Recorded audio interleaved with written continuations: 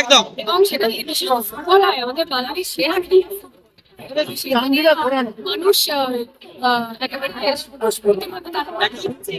মানুষের মানুষকে আনন্দ দেওয়ার জন্য এই football world cup MLA football পরে করা হয় এবং সুন্দর অর্জন নিয়েছেন। আমি ধন্যবাদ জানাতে চাই।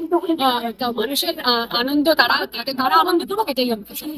দিদি, মাননীয় মুখ্যমন্ত্রী যেভাবে মহিলা কেন্দ্রিক জোর দিতে যাবে, তুমি কিন্তু আজকে মহিলা ফুটবল দিয়ে তুমি সূচনা করলে। অবশ্যই আমাদের মাননীয় মুখ্যমন্ত্রী সত্যি যেভাবে মহিলাদের পাশে এসে দাঁড়িয়েছেন, আমার মনে হয় না আগে কেউ করেছে, স্বপ্ন ভাবতে পারে।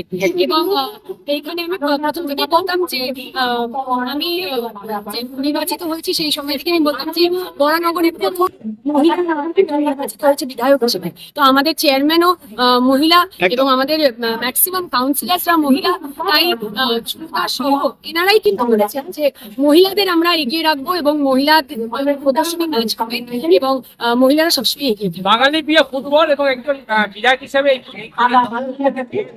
এটা আমাদের সরকারকে অনেক সময় অনেকে কটাক্ষ করেন যে মেলা আর খেলার সময়, কিন্তু এটা শুধু মেলা আর খেলা না। মেলাতেই শুধু মেলা হচ্ছে মানুষ যাচ্ছে সেটা না, একটা মানে অর্থনীতির চাপা মানে ঘরে বৃদ্ধি পায়।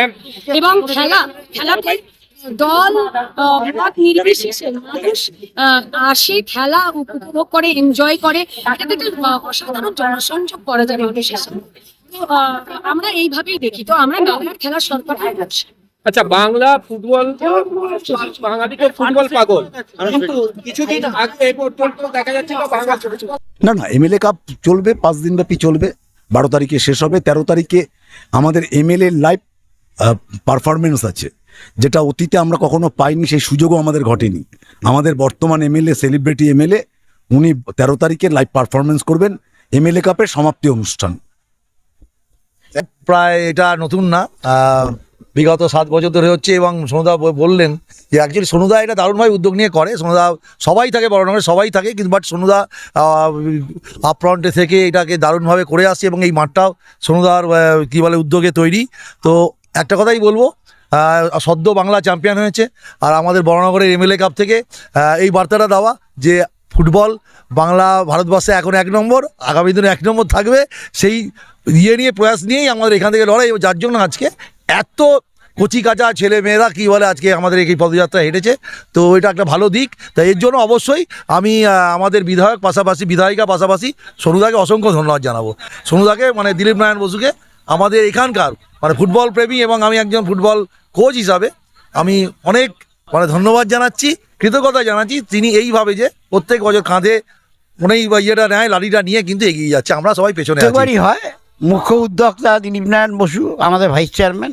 আমরা আসি আমন্ত্রণে সাড়া পেয়ে।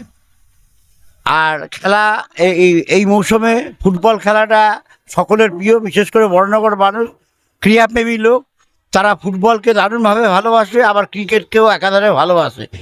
আজকে শুধু এখানে নয়, সারা বড়নগর জুড়ে বিভিন্ন ক্লাব সংগঠন এই অনুষ্ঠান করবে। আমরা আমন্ত্রণ পাবো, যাবো।